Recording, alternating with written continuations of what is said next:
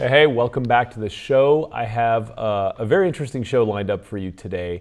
I want to let you know that this one's got an explicit tag, and I'm going to square that explicit tag because the title of the book is The Subtle Art of Not Giving a Fuck. And I'm pretty sure we're going to say that word a few more times in the next hour or so. So I want to welcome Mark Manson to the show. I love the title. I love what you're doing with this, and I love how you're picking apart some of the self-help communities. So hey, welcome to the Urban Monk. Hey, it's good to be here. Thanks for having me. Yeah, man. So, what a great title. I love the fact that they asterisked out the U because this is America, and it's got to sit on bookshelves, and I get that. And actually, on the book, it has a little like ink splotch, so it's not even an asterisk. It's an ink splotch. I'll put that up there so y'all can see. So what drove you to get so kind of raw with this title? Like, what are you seeing out there that you're just like, oh, hell no? Well, I, I just have a very irreverent sense of humor myself, and I like to write things on my blog that amuse me. And so I think one day I came up with that title a few years ago, and it was originally like a blog article. And I think I just sat down like one rainy day and I was like, you know what? I'm gonna write an article that uses the word fuck as many ways as possible in as many offensive ways as possible. But at the same time I want to like give amazing life advice. And so I just want to create this like awkward tension within the reader. Uh, and so I did that, and I thought the whole thing was ridiculous and funny, and people loved it. People went crazy for it. It got shared, you know, a billion times, um, and so I was already working on the book by that point under a couple like different title ideas, and I started talking to people, and they're like, "Dude, this should be your title. There's your Like, this title. is people are responding to it. People love it. Like, slap it on the front of the book." So Yeah, the universe gave you there it is. feedback. Yeah. There it is. Yeah, exactly. So, in a world where so much of the advice has to do with us giving a fuck about everything, worry about this, worry about that, did you mind your P's and Q's? Did you tie your shoelace right and all that? This seems like a little bit of permission to relax. And so, Yeah. why should people not give a fuck? Yeah, I just think today we're inundated with so much information and so much different different pressures to be amazing things. You know, you're supposed to be happy and wake up at 5 in the morning and meditate and have a fulfilling job in life and amazing relationships and like, take ice baths and do all this crazy stuff. And I think in a lot of situations, these things just create more pressure on people, more anxiety.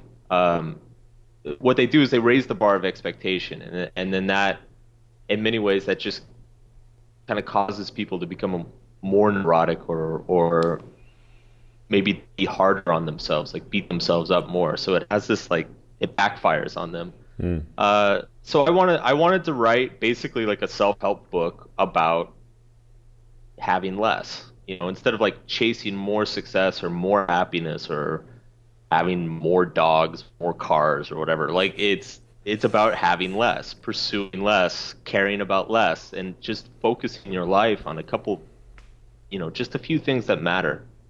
What are the few things that matter? Well, it's a personal that's a personal question.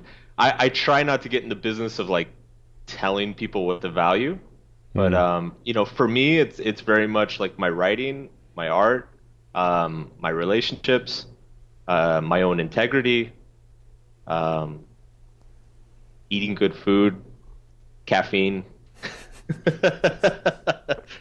the usual.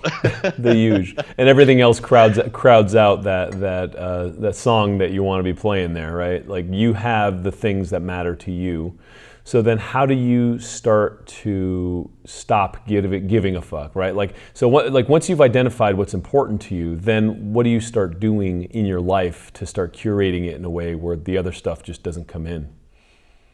Well, I think a lot of it is just developing the ability to let go. And um, for a lot of people, that starts with their emotions. A lot of people just immediately, if they feel something good, they just immediately assume this must be good, and they chase after it. And if they feel something bad, they immediately assume that this must be bad, and they try to push it away as much as they can.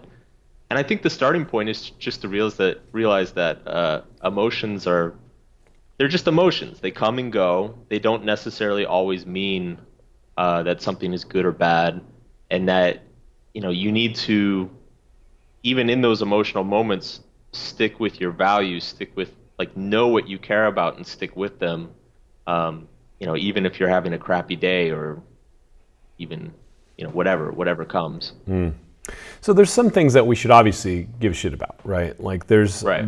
our health, there's our family, there's like kind of the core, and to your point, that's a personal thing. I mean, I guess health is probably universal. Some people still don't give a Yeah. fuck about health, but it's universal, and so we should really kind of focus on that. And then from there, how do we know? Because, I turn on the TV and it's like, oh, if you don't buy this Toyota truck, you're not a man. Or, if you don't dress like Kim Yeah. Kardashian, then you're not hot. And there's so much messaging that's so confusing, and people just don't even know how to prioritize, like, what actually matters. Yeah. It's my metric for what to care about and what not to is determined by the quality of the problem it gives you. And that is, like, it's a very backwards thing. Like, most people don't think in those terms, but a big part of my message is, don't chase after what's going to make you feel great. It's easy for everybody to have dreams of being this rock star who's got billions of dollars and a yacht and whatever, but people don't think about the problems that are associated with their dreams, with whatever they fantasize about. And so I always urge people, instead of choosing your dreams, choose the problems you want. Choose the struggles that you enjoy or that you care about. And when you frame things in that way, it grounds them a lot more. So it's easy to, like, watch a commercial and be like, oh man, I wish I had a big truck. When you start thinking about what problems are associated with that, it gets real very quickly, and it starts to feel unrealistic. And I think it's much easier for people to be like, oh, that doesn't make sense. I don't need that, or I don't want that. I think what people eventually find is that those few things in your life, those things that you end up being passionate about, those things that feel very meaningful, they ultimately come down to problems that you enjoy dealing with, or problems that you love dealing with. Like an easy example, or a pretty common example, is like raising kids. On a purely, like, superficial level, raising kids is not pleasurable a lot of times. Pain in the ass. It's total pain in the ass. Yeah, of course it But if you ask most parents, it's a problem, or it's a struggle that they enjoy having, that they're grateful for having. Wouldn't trade it. Yeah, and so you just look for that in other areas of your life, in your job, in your friendships, and your hobbies, etc. It's funny. I have a lot of kind of high net worth people out here where I live in California, and a lot of them are close friends and all this, and billionaires, right? The guys with the yachts and the multiple houses and whatever the hell they want. And over the years, I've watched almost all of them start to liquidate all those things, because they're like, damn it, I'm so stressed out about not getting on that yacht. And then my crew has parties there, and then it costs me like $1 gajillion, and it's just like, it's more stress getting these things, and it's not the stress that they actually want. So it's like, this one guy sold all his houses and just goes to hotels now wherever he goes, and leaves his towel on the floor and walks out, right? And it's really kind of cleared the cache, if you will. He's not stressing about those things anymore, so he doesn't give a fuck. It's like the great philosopher Notorious B.I.G. once said, "Mo money, mo problems." I actually had that line in my book, but my editor was like, "She had you pull it? Oh, come on." Yeah, that's where you get to fight back. Come on. It's really funny. That's really funny. So do you have a framework? Okay, so if you basically think about what your struggles would be, looking down the barrel of this thing that you are, deciding to do or not, the struggles that would come with it. Are those struggles that you can live with? Is that kind of like the general operating system for things as they come in, whether or not you take them or not? Yeah, that's the general principle. Anything else around that? Like, is there any other kind of matrix or structure that can help us think that through? Well, and then I mean, there's kind of um, there's a number of things that are kind of attached to that or that come along with that. Um, and so I talk a lot about beliefs, and I believe very strongly in self-skepticism. Um, I have a chapter in the book called "Why I'm Wrong About Everything, and So Are You," Mm. and it's I think it's very important that people don't get so attached. I mean, if you think about it, right, like if you think about yourself 10 or 20 years ago, what you believed was true or important about your life. If you think about it now, you're kind of like Mm. you cringe a little bit. You're like, wow, I was really naive. But if you think about it, yourself probably 20 years from now is going to look back at yourself today and think the same thing. It's like, oh wow, I kind of didn't really know what I was doing. And I think life is just this constant process of becoming slightly less ignorant and slightly less wrong in our assumptions. Mm. And I think it's incredibly important to always keep that in mind in whatever we're doing. It's not necessarily like just believing that everything we're going to do is going to be wrong. It's more just remaining skeptical and flexible about all of our assumptions. Because I believe that when people when they get too certain about specific things, that's when they start to get themselves into trouble, and that's when they often start getting into trouble with other people. I think in many ways, a lot of, and it's funny. There's actually a popular psychology. There's a lot of research behind this, and there's a popular psychology book written about this. Is that in many ways, evil comes from a irrational sense of certainty, and um, and that applies to the big things, but I think that also applies to the little things. People that are certain that they need to have a Ferrari to be happy, or people who are certain that um, their husband has to be a certain way for the relationship to work. Like you need to be able to let go of these things a little bit and just let them be wrong sometimes and be okay with that. Yeah, I mean, there's a lot of parallels there between that and, like, say, the deconstruction of the ego, and how, Yeah. we put so much energy into the storefront of who we need people to see us as and all this bullshit that is exhausting. Yeah. Yeah, and so you're saying don't take yourself so seriously. Understand that you're probably wrong, and Yeah. and you'll come to that realization in time anyways. So you might as well just kind of stop putting too much energy into that now. There's so much of this kind of self-affirming stuff. I just think of like the old kind of spoofs on the self-help people stand in front of the mirror, saying, I love myself, I am this, I am rich, I am wealthy, I am, and I think it's gone too far. Obviously, you think it's Yeah. gone too far. So Yeah. you're obviously contradicting a lot of the kind of self-help advice that's out there, and flying in the face of what I think is probably needs an overcorrection. So, what inspired you to do that? Like, have you been in that community? Have you just been kind of watching it, going, what the hell are these people talking about? Yeah, I got way into self-help stuff around the time I was in college and in my early adulthood. And I got kind of sucked up in some of that stuff. I read a lot of books. I went to a couple seminars.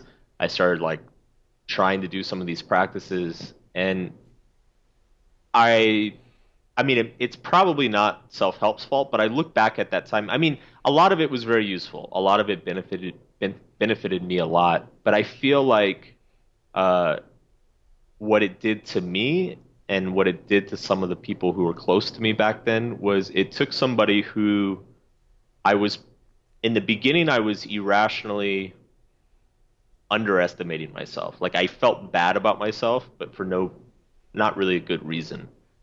And instead of correcting that, it basically taught me to irrationally feel good about myself, basically feel good about myself for no particularly good reason. And while that's better in many ways, it causes its own problems. And I started to experience those problems, as the years started to go on. What do those And problems look like? Like what is that? I What's the symptom of that? Like when that starts to shake out, like it is self-absorption, really. Like it's everything that goes wrong in your life is a blessing, and people who try to confront you or call you out on your bullshit, you see them as, oh, they're not as evolved as I am, and they can't handle like my growth or whatever. mm. And it's really it's just you're just being a dick. Like Yep. there's no way around Oh it. my God, that is like the quintessential kind of Malibu, LA, Manhattan spiritual asshole, right? I am better than you because I fucking do yoga. So step Yeah. back. Yeah. And if you call me an asshole, you're just projecting. Yeah, yeah, So totally. It must be you. it's obviously your fault. Totally. um, and so yeah, I got kind of sucked into that, but it was there were a couple people who were close to me that uh, got like I had some really bad falling outs with them, and it made me start to question like wait a second, I used to think this was like a very evolved, you know, self actualized person, and now they're like acting like a child and Hmm. treating me like I'm a child. Like what's going on here? And that's when I really started to become kind of skeptical, and I started to really dive into a lot of like academic research about like what happiness is, where it comes from, um, and realize that the answers that a lot of academics are coming to is completely different than what the self-help world says. I remember interviewing a guy a couple years ago, and I'll never forget it. He was this self-help dude, right? But he was in the money realm because if you're going to help people, you might as well help yourself get rich. Um, Right. and and he was like, oh, I have this methodology. It was all this kind of like manifestation shit, right? And I go, oh, so you figured this out? You made a bunch of money, and then you wanted to help people kind of do what you did. He goes, no, I dreamt this up in the shower, and then I just started teaching people about it, and that's how I got rich. And I'm Yeah. sitting here shaking my head thinking, you son of a bitch, that is everything that's wrong with the world. Like, Yes. what? Like, you don't even know if it works. You're just selling it to people, and they believe you. Like, ew. Yeah. I have an idea for an article that I want to write, but I haven't totally worked up the courage to write it yet. But I want to call it like something like the internet pyramid scheme, or the self-help pyramid scheme, where you have people who have seminars where they teach people how to host seminars, to teach people how to make money hosting seminars, and it's just like this constant, or It's people who are a meta, life bro. coach.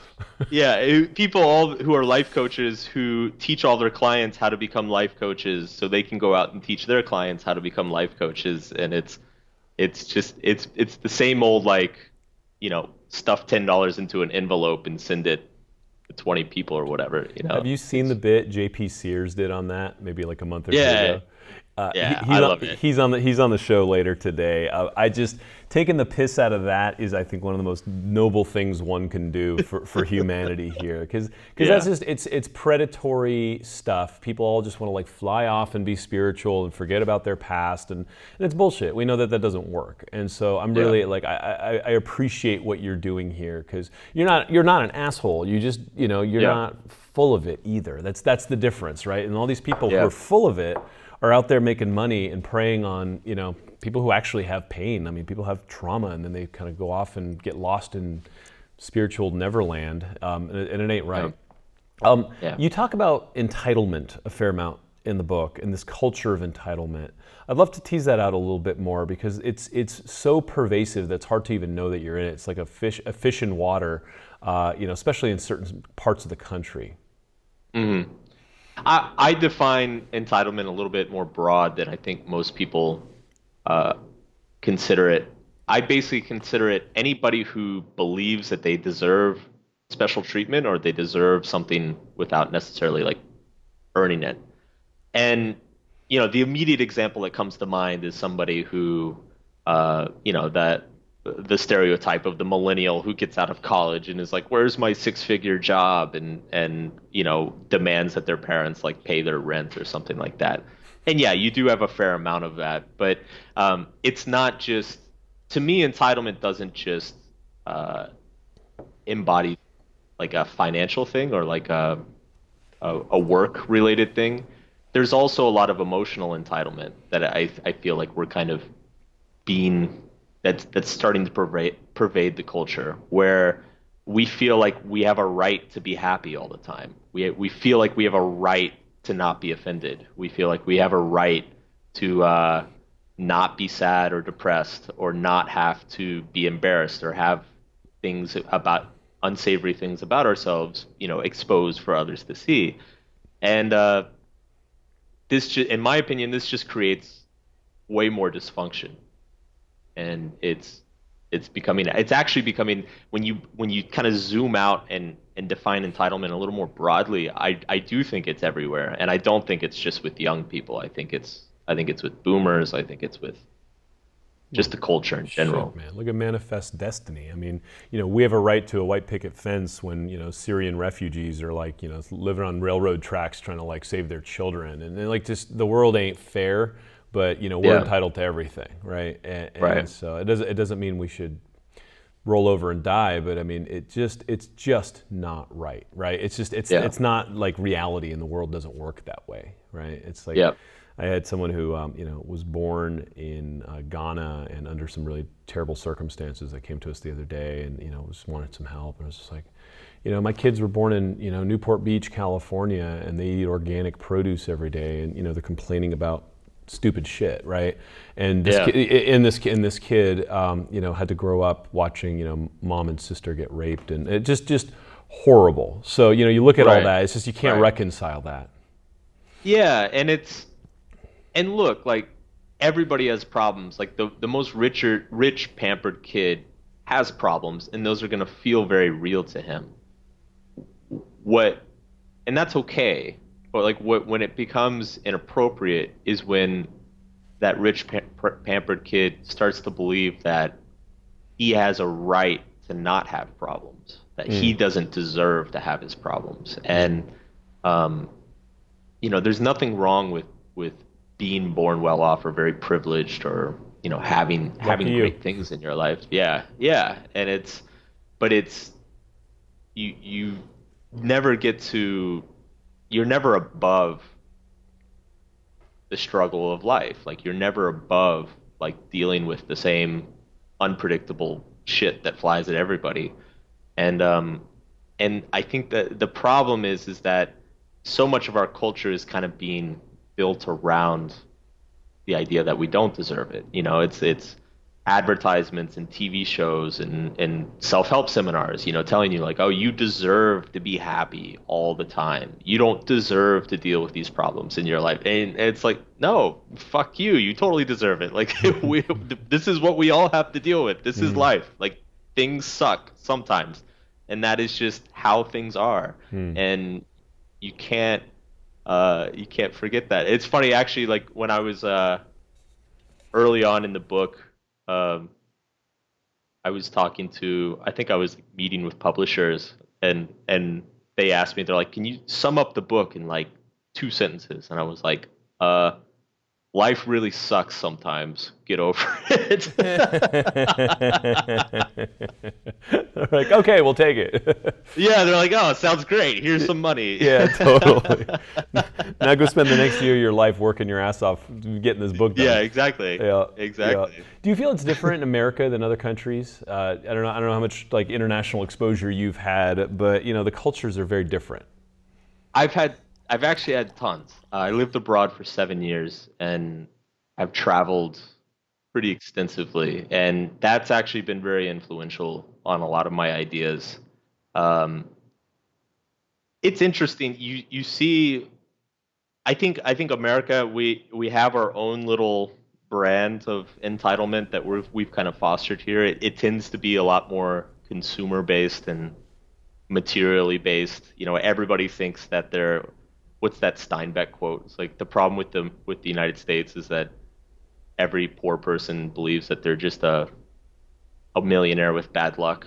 Um, but it's you do see this to greater or less degrees in other parts of the world, but you don't see this particular brand of entitlement or self-absorption. You don't see like I lived in South America for a number of years, and down there it's like one of the things I loved and that really drew me to Latin culture was like if you're upset, you can be upset. You can like scream and cry and like say this is horrible and I'm really upset. And like everybody stands around and they're like, "Oh, hey, it's okay, man." It's like, "Yeah, get it out. Mm. Go for it." And um where as I feel like because like back in the US, if I ever like screamed and cried and said something was horrible, my friends would have told me, to like do affirmations or go to a yoga class or like, Dude, you need like, therapy. yeah, You need exactly. to control your It's like, anger, man. yeah. So it's fascinating seeing the different values in the different cultures. You mentioned that emotions are overrated. There's a piece in the book that you're talking about emotions and how how much we've been kind of trained to like lean into them. What's your take on that in terms of how we can care less about the kind of the passing phases that come and go? I think the key is to develop a way to separate judgment from the emotion. So most people, if they start feeling something negative, they immediately assume that something's wrong or that something's gone wrong or that something's inappropriate or that they screwed up somehow. And I think it's really important that people realize that sometimes you can feel a bad emotion for a good reason. Um, Sometimes you can feel a good emotion for a bad reason. And it's emotions aren't destiny. They're literally biological feedback mechanisms in our body that were designed to like help us not get eaten by tigers and stuff like that. So it's feel the emotion, acknowledge the emotion, but don't attach your value judgment to the emotion. Your value judgment needs to be separate of your emotions. Everyone wants to be happy, right? Right. Everyone just, it's like, I just want to be happy. What do I got to do to be happy? Okay, you know what? I was happy and then you walked in the room and you took away my happiness, so fuck you. Now I'm not happy, right? And it's just like that Yeah. happy is this thing that's like put up on this pedestal and it's just like Yeah. happy or bust. And you see that everywhere, right? Yeah. I How like that happy or bust. and so you see that, and everyone in our culture wants more and more of that, and it's not real, right? You can't live up there. Yeah. The hot air balloon has to come down. It's all kind of an imbalanced way of looking at it. So what do we not strive for things? Do I not want success? Do I just not give a fuck about anything? Do I not care if my kids get good grades at school? Where do you draw the line, right? Because I know Yeah. like some parent is listening to this going like, okay, dude, hold on, what about this, what about that, right? And so again, that my understanding of this is it falls back into that matrix of priorities of what you should give a Yep. fuck about. Yeah. Yeah, it's you should pursue things, you should care about things, but the I guess one of the overarching messages of the book is that it shouldn't simply be based on feeling good. If feeling good is such a high priority all the time, like just go do a bunch of heroin or something. Like it doesn't, It's easier. but yeah, it's easier and it's more expensive, but like it's like when you put it that way, people are immediately like, "Oh, heroin." But yeah, that's just like throwing my life away. Well, yeah, but and what makes you think like pursuing happiness 24/7 and all these other ways is going to be any better? Like you have to find something that is worth the struggle, like that is worth the pain, that is worth the associated problems because they are going to come. Like you can't there's no life where nothing goes wrong. And so you need to choose your pursuits based on the associated problems, not on the associated pleasures.